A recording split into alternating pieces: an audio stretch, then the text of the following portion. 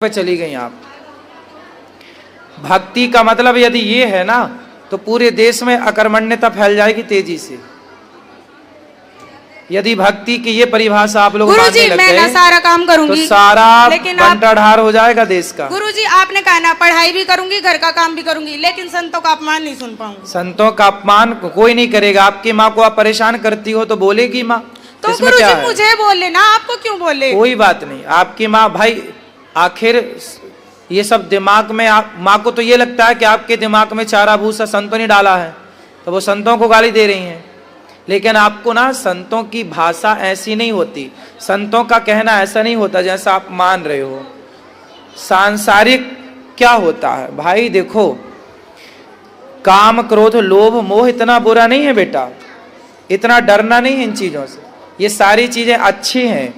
काम ना होता तो आपका जन्म कैसे होता, क्रोध ना होता तो ये बच्चों को डांटता कौन, व्यवस्थाएं कैसे होती, लोभ ना होता तो फिर कोई काम ही क्यों करता, क्यों फिर कोई पैसा कमा, कैसे फिर देश की अर्थव्यवस्था चलती।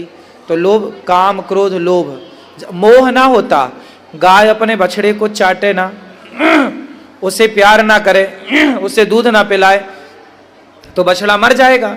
तो गाय को बच्चा पैदा करती एक मोह जागता है, जैसे माँ को बच्चा पैदा होती उसको एक मोह जाग जाता है कि मेरा है। और यदि वो मोह ना जागे तो कोई माँ छाती से क्यों लगाएगी बच्चे को, क्यों दूध पिलाएगी। वो मोह ईश्वर की एक व्यवस्था है, बुरा नहीं है। संसार में उनकी परिभाषा हम कथा में समझाते हैं। मोह हो कैसा हो, गुड मोह तो हो, बैड मोह ना हो, अच्छा मोह तो हो, बुरा मोह। संसार से मोह ना हो, पर जिम्मेदारियां जो हैं वो तो पूरी करनी है ना बेटा। गुरुजी मैं आपसे बारंबार क्षमा चाहती हूँ, क्योंकि मेरी वजह से आपको अपमान ना, हमें कोई दिक्कत नहीं बेटा, हमें सम्मान अपमान की कोई चाह नहीं है, हमें कोई दिक्कत नहीं है। बस आपकी माँ खुश हो ऐसा काम करो। आपकी माँ ही आपके लिए सबसे बड़ी की, और सुनना आपको पड़ा मेरी वजह से। कोई बात है, हमें कहाँ कुछ सुनना पड़ता है। गुरुजी बोलते तो आपको ही है ना सब। कोई बात नहीं, चलता है, हम लोग बचा लेते हैं सब। मैं भी क्षमा मांगती हूँ, क्योंकि मेरे ये क्षमा मांगने की जरूरत ही नहीं है।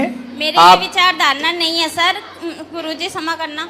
ये ऐसे कहती है सर्वप्रथम मैं हूँ, मैं आदि शक्ति हूँ, मैं कुछ भी हूँ, मेरे पैर पकड़, पड़ोस में गली में खड़ी होकर ये मेरे से पैर पकड़वाती है। गुरुजी ऐसा कुछ नहीं है।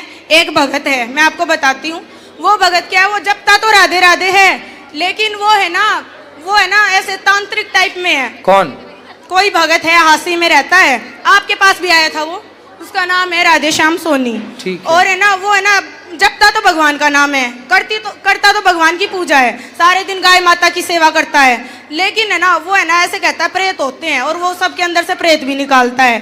तो ये है ना ऐसे कहता है कि है ना तेरी लड़की के अंदर प्रेत है। तो मैं बोली मेरे अंदर क्या प्रेत है, मेरे अंदर तो राधा रानी है। मैंने ऐसे कह दिया। कोई प्रेत व्रेत के चक्कर में ना पड़ना, प्रेत व्रेत नहीं है कुछ भी। फिर आपकी वीडियो सुन के ये मानने लग गई है कि प्रेत नहीं होता है। बहुत प्रेत कुछ नहीं है, ये सब चक्कर में ना पड़ो। गुरुजी जैसे मैंने पितरों का स्थान घर पे बनाया हुआ था, मैंने आपकी वीडियो देखी और मैंने वो स्थान मतलब घर से हटा दिया। अब ये कहती है मैं मावस नहीं काटने दूंगी, तो क्या हर महीने मावस आती है, मैं नहीं निकालूं? अमावस पूर्णिमा नहीं, जब आपके आखिरी आपके ससुर जी हैं? नहीं है जी। सास हैं? हाँ जी। तो जो ससुर के मृत्यु की तिथि है, सिर्फ उस तिथि में, हर महीने की तिथि या साल में एक तिथि, केवल वही, उस तिथि में आप ब्राह्मणों को, कन्याओं को, दीन दुखियों को ये भोजन करा सकते हैं उस तिथि पर। मावस को? अमावस नहीं, वो तो पितृपक्ष के फिर 16 दिन होते, उसमें अमावस्या आती है, साल में एक बार पितृपक्ष, बाकी पुण्य तिथि पर होता है कार्य। अमावस पूर्णिमा तो लोग करते हैं तो कर सकते हैं, बुराई नहीं, पर करना है तो तिथि पे करो।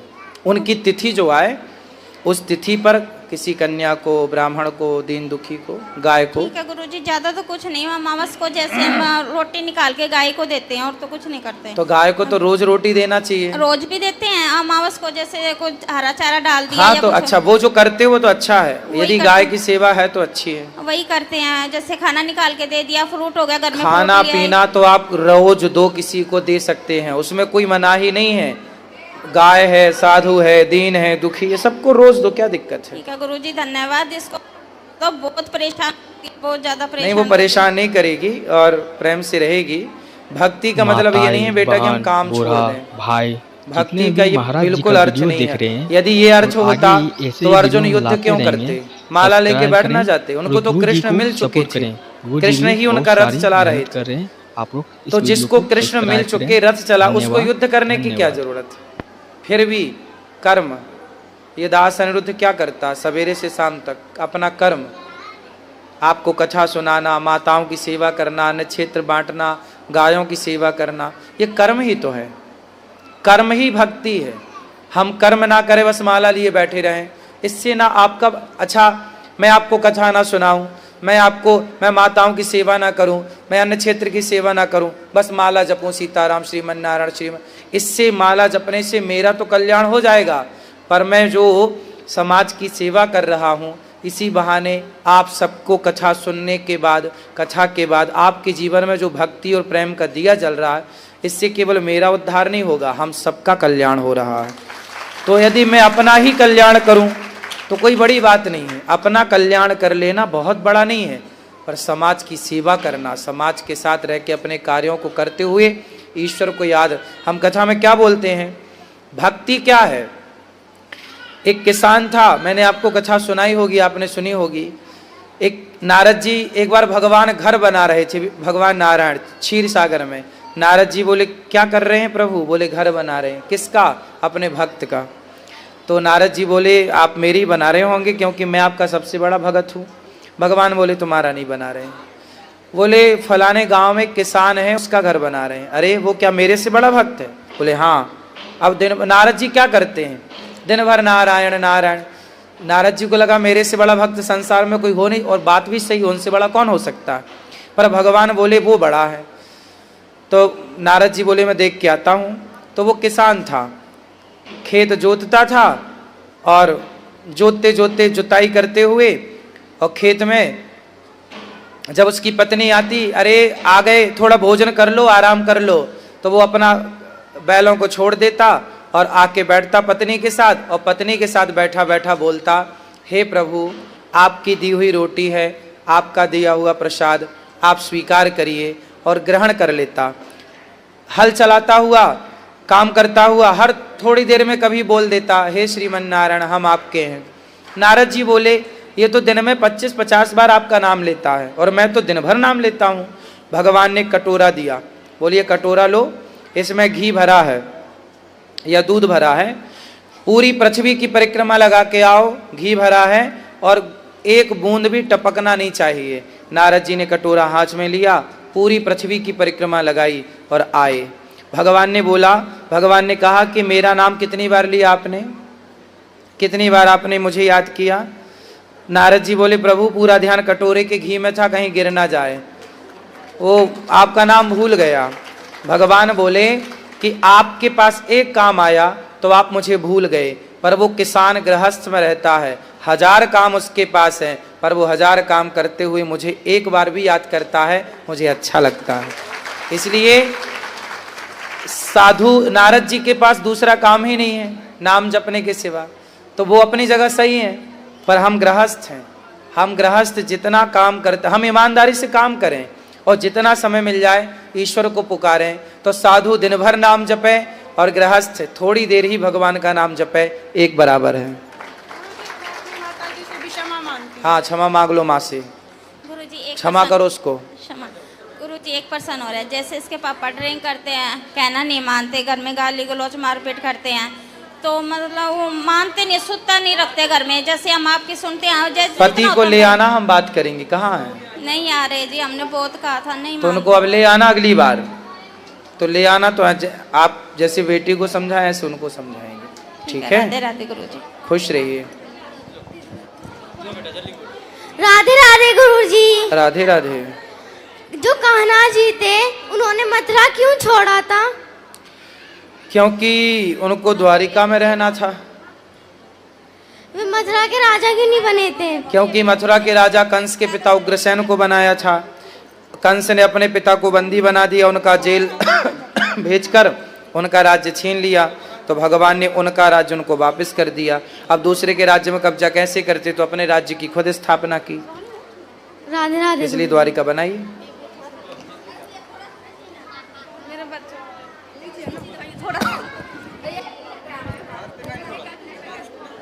राधे राधे गुरुजी। जी किसी कोटि कोटि नमन।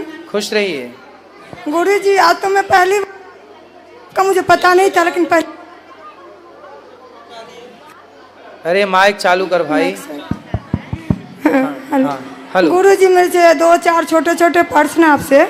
जैसे मैं पंजाब में रहती हूँ, पंजाब से आई हूँ, लेकिन गांव में मेरा जो घर बनाने वाला जगह है उस पर मेरी जेठानी गाय बांधती है, तो उस पर ना 2-3 गाय मर गए हैं उसको। तो कल को हम जैसे मकान बनाएंगे तो हमें कोई दिक्कत नहीं आएगी ना? तो उस जगह पे गाय मर गई? हाँ, उस जगह पर उसको 2-3 गाय मर गई है, तो मैं मकान बनाऊंगी। तो वहाँ पे गाय की सेवा होती थी? हाँ, मेरी जेठानी रखी है, गाय सेवा करती है। तो गाय क्यों मर गई? अब वो हमारे घर में थोड़ा ना कुल देवी देवता को चक्कर है गुरुजी, कोई मानते नहीं है। जेठानी जेठार उन लोग कमाते हैं खाते हैं, कोई देवी देवता को नहीं मानते, कुछ भी नहीं करते। तो गाय अपनी मृत्यु से मरी क्या अकस्मात? नहीं, जैसे बच्चा देने वाली थी तब भी मर गई, बच्चा दे के भी मर गई, जितने भी 2-3 मर गई है। इसीलिए मैंने आपसे पूछा जो उसको मकान बनाएंगे तो हमें सुखी रहेंगे कि नहीं। आगे जाके परमवचन सुनाते हैं आप। यदि वहाँ गौ सेवा होती रही होगा, अभी भी वो 5 गाय रखी है उसी जगह पर, उनके पास जगह नहीं है, मेरे जगह पर ही वो गाय बांधती है। हाँ तो ठीक है, गौ सेवा होती है तो कोई दिक्कत नहीं। नहीं दिक्कत होगी ना। एक प्रश्न और है गुरुजी, जो मेरे आप जो कहते हैं मेरे घर में माता रानी की मूर्ति है, ठाकुर जी हैं, मैं उनको सेवा करती हूँ, पर आप जो कहते हैं ना जो लक्ष्मी नारायण जी को रखना चाहिए मूर्ति, तो मेरे पति बोले हैं मैं यहाँ से लेके जाऊंगी, तो उनको भी प्राण प्रतिष्ठा डालना पड़ेगा? पूजा कर लेना, प्राण प्रतिष्ठा कराना कोई बहुत बड़ी बात नहीं है, पंडित जी आके कर देंगे। नहीं, जैसे लेंगे तो आप ही कर सकते हैं यहाँ पे, वहाँ पंडित जी कहाँ से बुलाएंगे, वहाँ पर मुश्किल है। लेकिन माने उनको भी सेवा कर सकते हैं अगर प्राण प्रतिष्ठा कर सकते हैं, भोग उग लगा सकते हैं। बिल्कुल लगा सकते हैं। एक और प्रश्न है गुरु जी, जो ठाकुर जी को सब कहते हैं जो बैगन से करेला से भोग नहीं लगता, तो क्या सही है? नहीं लगाना चाहिए? कुछ लोग नहीं लगाते, कुछ लोग लगाते हैं। एक मिनट भैया, मैं पहली बार आई हूँ। तो तुलसी का जो पत्ता है, हाँ, वो जैसे एक पत्ता तोड़ना है, जैसे पूरा मूड़ी टूट जाए तो कोई दिक्कत नहीं ना है? दिक्कत नहीं, नहीं कोई दिक्कत है ना। ठीक है, राधे राधे गुरु जी। मैं आपको कुछ देना चाहती हूँ, ठीक है। आप गुरु माँ को भी मिल के देना चाहती हूँ। ठीक है। राधे राधे गुरु जी। गुरु जी राधे राधे। ये पीली मैया को दे देना, पीली मैया को। हाँ हाँ राधे राधे। बोलो बेटा। गुरु जी थैंक यू। सबसे पहले तो बोलो। गुरु जी आपके पास सब लोग आते ना, कोई पति से परेशान है, कोई भाई से, कोई बेटे से, मतलब कोई ना कोई प्रॉब्लम होती है, तो कोई आपसे हर्ट हो तो कहाँ जाएगा? आपकी कंप्लेंट कहाँ करें हम? हमसे कर लो। गुरुजी आप दिल्ली आए थे ना अभी जनवरी में, शायद, हाँ जनवरी में, है ना? तो हमने 5 दिन पहले आपके सब नंबर पे फ़ोन कर दिए, एक दिन में पता नहीं कितने कितने, कि गुरुजी दिल्ली आ रहे हैं, गुरुजी दिल्ली आ रहे हैं। बोले हमें नहीं पता, हमें नहीं पता। एक दिन पहले भी, लास्ट टाइम भी फ़ोन किया, और मैं वहाँ जाके 2 बजे से बैठ गई कि गुरुजी आएंगे। 5-6 बज गए, गुरुजी नहीं आए। बाहर आई तो पुलिस वाले कह रहे गुरुजी तो होके चले गए। कहाँ? उधर नेशनल विक्टर के पास, पटपड़गंज। नहीं, वो संत समागम में। तो हम नहीं आए होंगे ना फिर?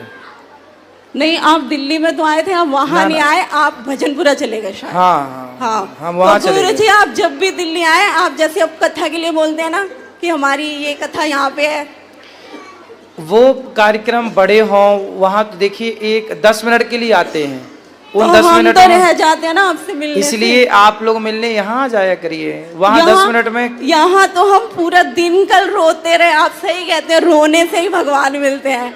हम रोए तो आज हमें बिहारी जी भी मिले और आप भी मिले। कोई बात नहीं, आप आ गए, अच्छा है। वहाँ पे हम वहाँ गए ही, जहाँ बैठे थे वहाँ हम गए ही नहीं थे। और एक बात और गुरुजी, आप कहते हैं ना हर चीज़ की अति बुरी होती है, बोलते हैं ना आप, अति सर्वत्र वर्ज्यते। तो हमारे घर में 10 बजे से लेकर 6 बजे तक आपकी कथा चलती है। वो हमारा बेटा खड़ा है, कह रहा मम्मी गुरुजी बोलते हैं हर चीज़ की अति बुरी होती है। ठीक है, आप कथा सुनते हैं, अच्छी बात है। और कोई मेरे लायक सेवा हो तो बताइए। सर ये तुझसे भेंट लाया गुरुजी, आज हमारी 25वीं सालगिरह, आशीर्वाद खुशी, दीजिए। खुशी। पीली मैया को दो, पीली मैया को। जी आ जाओ। हेलो, प्रणाम प्रणाम गुरुजी, राधे राधे। आपके और आपके माता पिता के चरणों में मेरा कोटि कोटि प्रणाम। खुश रहिए। आपके और आपके माता पिता दोनों धन्य है कि आप ऐसे पुत्र पैदा हुए हैं। हमको तो मतलब बहुत बड़ा सौभाग्य है आज मिला है। बरसों से तड़प रहे थे, बरसों से, आज 5 साल 6 साल से हम तड़प रहे थे कि हम कब वृंदावन जाए, कब वृंदावन जाए, आपसे मिले। लेकिन हमको मिलने के लिए मेरे हस्बैंड का समय नहीं था। लेकिन जब हमको समय मिला तो कोटा बेटी का नाम लिखवाने के लिए हम लोग सोचे, तो हम सोचे यहीं से हम जाएंगे, वृंदावन रखेंगे, वहाँ भागवत आपके सुनेंगे, आपसे दर्शन करेंगे, कुछ दान करेंगे, उसके बाद यहाँ से हम मिलकर तब कोटा जाएंगे। वहाँ पर मेरी लड़की है, वहाँ मेरे हस्बैंड है, बैंक में जॉब करते हैं, लड़का है, एक लड़का एक लड़की। हम आपके मोबाइल पे और टीवी पर हमेशा भागवत काम करते रहते हैं, लेकिन प्रश्न उत्तरी भागवत सुनते रहते। जिस दिन नहीं सुनते हैं, मोबाइल मेरा लड़का नहीं देता है या टीवी का समय बीत गया, कभी मार्केट चली गई, घर का काम सब हमको करना पड़ता है। तो मेरे पति देव व्यस्त रहते हैं हमेशा, वो तो बैंक का ड्यूटी करते हैं, सुबह शाम कब आते हैं, तो हमको सब नहीं जब मिलता है भागवत, तो बच्चा से कहती हमको फ़ोन दो, हम आज गुरुजी के मोबाइल पर हम सुनेंगे भागवत। लेकिन वो बोलता है कि नहीं, हमको मैच देखने दो। मैच देखने के लिए उनसे हमको मेरे थोड़ा हो जाता है कि हमसे भाई हमको दे मोबाइल और हम गुरुजी जरूर करें। गुरुजी भागवत बहुत ही ज्यादा तो खूब अच्छे से मेहनत करते हैं। आप लोग सपोर्ट करें, आगे चल के ऐसे भी आप जो भागवत कहते लेंगे, जो भी आप समझाते हैं, जो भी ज्ञान आप देते हैं, एकदम समझ जाइए कि दूध का दूध जो पानी का पानी हो जाता है, वैसा आप समझाते हैं। हम लोग घर पर बैठे आपके जय जय मनाते हैं, वाह वाह क्या किया गुरुजी, क्या किया गुरुजी। ऐसा जवाब देना चाहिए, ऐसा समझाना चाहिए। हम लोग अपने तरफ से बोलते हैं वाह वाह क्या समझाते हैं। हमेशा हम कहते हैं कि हम उनके माता पिता को तो पहले इतना बार प्रणाम करेंगे अपने आत्मा से। अभी हम मिलना भी चाहते हैं इन लोगों से, थोड़ा हमसे मिला दीजिएगा, हम बहुत तड़पे हैं। तब आप सुबह आ जाइएगा। हमको ये भी है कि अक्षय तृतीया का गौदान करना है, तो हमको मतलब ये भी बता, कुछ अन्य क्षेत्र में भी हमको कुछ दान करना है। अच्छा, और बात कि एक ये गाना हमको बहुत अच्छा लगता है, थोड़ा आप गा दीजिएगा। ना तो करना स्वामी जो प्राण तन से निकले। मैं बहुत भक्ति करती हूँ, हृदय में कर में भगवान बसे। हम यही सोचते हैं अच्छा कि खाना कम खाएं, लेकिन टाइम से नहाना धोना, पूजा पाठ, घर में स्वच्छता। चलो अच्छा है, सबको थोड़ा थोड़ा मौका दे दो, मैं सुनाऊंगा। इतना तो करना स्वामी जब प्राण तन से निकले, गोविंद नाम लेकर मेरे प्राण तन से निकले। राधे राधे गुरुजी। मैं अंदर मैं गाजियाबाद से आई हूँ और हम लोग मतलब मैं फ़र्स्ट टाइम वृंदावन में आई हूँ, क्योंकि मेरी एनिवर्सरी है कल, तो मैंने सोचा कि कहीं और सेलिब्रेट करने से अच्छा है कि इस बार वृंदावन में चलें। मैं फ़र्स्ट टाइम आई हूँ और अभी हम लोग यहाँ पे रूम सर्च कर रहे थे, जब भी मतलब बताया, जो हम लोग के साथ एक लोग आए हैं उन्होंने बताया कि अरे वो देखिए गुरुजी बैठे हैं, तो मैं दौड़े दौड़े बैग वैग लेके सब कुछ चली आई। मैं सच्ची में मतलब मुझे आपका प्रवचन बहुत ही अच्छा लगता है, और थोड़ा मेरे हस्बैंड को भी ज्ञान दे दीजिए। और वो पीछे हैं, मतलब वो बहुत केयरिंग है, लविंग है, सब कुछ है, लेकिन मतलब थोड़ा सा बहुत गुस्सा कर जाते हैं मेरे पे, कभी कभी बिना बात के गुस्सा करते हैं। तो थोड़ा सा उनको समझा दीजिए कि तक गुस्सा ना किया करें मेरे पे। कहाँ है वो? पीछे। आओ भैया, आओ जल्दी, इस तरफ से आओ, फास्ट जल्दी आइए, जल्दी आइए। बिना वजह के गुस्सा करते हैं, जैसे वैसे तो बहुत सारा काम करते हैं। अच्छा, घर का झाड़ू पोंछा सब वही करते हैं। हाँ, वो बेटा वहाँ से घूम के आओ ना, ऐसे पूरा घूम के आओ। कभी कभी हो जाता है, करवा लेते हैं, क्योंकि मैंने ना काम डिवाइड कर रखा है, क्योंकि मेरे पास छोटा सा बेबी है अभी, तो दोनों लोग मिलके ही करते हैं, ऐसा नहीं है। बहुत सपोर्टिव है, करना भी चाहिए, झाड़ू पोंछा भी करे पुरुष तो क्या दिक्कत है। हाँ सही बात है, लेकिन जब